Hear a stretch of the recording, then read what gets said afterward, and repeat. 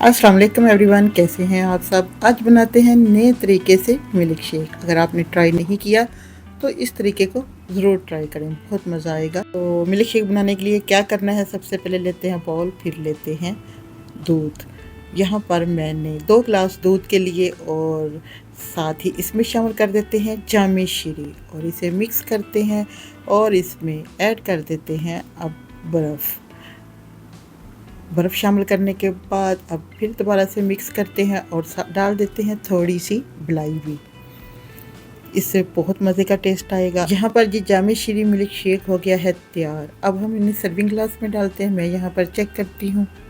आपको ये वीडियो कैसी लगी? अगर अच्छी लगे लाइक कर दे और कमेंट्स बॉक्स में अच्छा सा कर दे कमेंट्स, और इसमें थोड़े से बादाम भी शामिल कर देते हैं इसको और भी मज़ेदार बनाने के लिए। ठंडा ठंडा जामे शीरी हो गया है रेडी, बहुत ही मज़े का बना है।